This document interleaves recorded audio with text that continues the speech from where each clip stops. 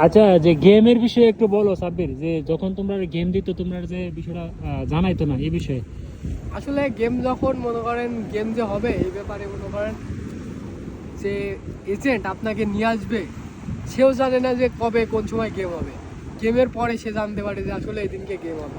আবার গেম ঘরে থাকা অনেক রিস্ক।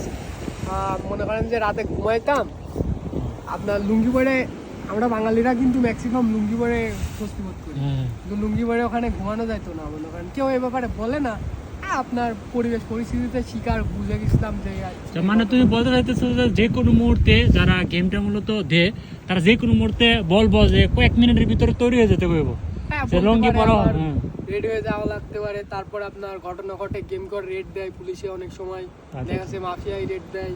আপনার ওই সময়ে যে পালায় দৌড়ায় চলে গেল সে বাইসে গেল। আপনি লুঙ্গি পরে তো কোনোভাবে কিছু করতে পারবেন না, প্যান্ট পরারও সময় পাবেন না, 20 সেকেন্ড 30 সেকেন্ড সময় এর মধ্যে পালাইতে হবে। এজন্য সবসময় তারা গেম করে আসেন বা আসবেন চিন্তা ভাবনা করেন, কখনো গেম ঘরে লুঙ্গি পরে থাকেন না। আচ্ছা আচ্ছা, যে যে কাছে গেম করে সবসময় প্যান্ট পরে থাকতে হবে, যে কোনো মুহূর্তে পুলিশও মানে ধরতে পারে। বেশিরভাগ রাতে। হ্যাঁ, রাতে। তারপরে আপনার বেশিরভাগ চেষ্টা করবেন যে ভোরের দিকে রাত 1টা থেকে 3টা 4টা পর্যন্ত জায়গায় থাকার, কারণ ওই টাইমে রেট বেশি হয়। আর রেট খাইলে জীবন ঝরঝর একবারে। আচ্ছা আচ্ছা।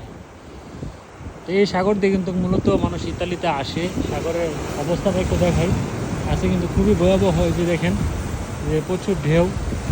আর এই ঢেউ দিয়ে কিন্তু এরা আসছে। তো অনেক কিছু শুনলাম, অনেক গল্প শুনলাম।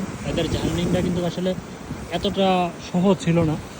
তো এ বিষয়ে আসলে অনেক ভিডিও এই পেজে ছাড়া হইব, যে ইতালিতে কীভাবে আসতে হয়, কীভাবে আসলে ওদের উপরে কী অত্যাচারটা হয়েছে, সব কিছু কিন্তু বলা হয়েছে।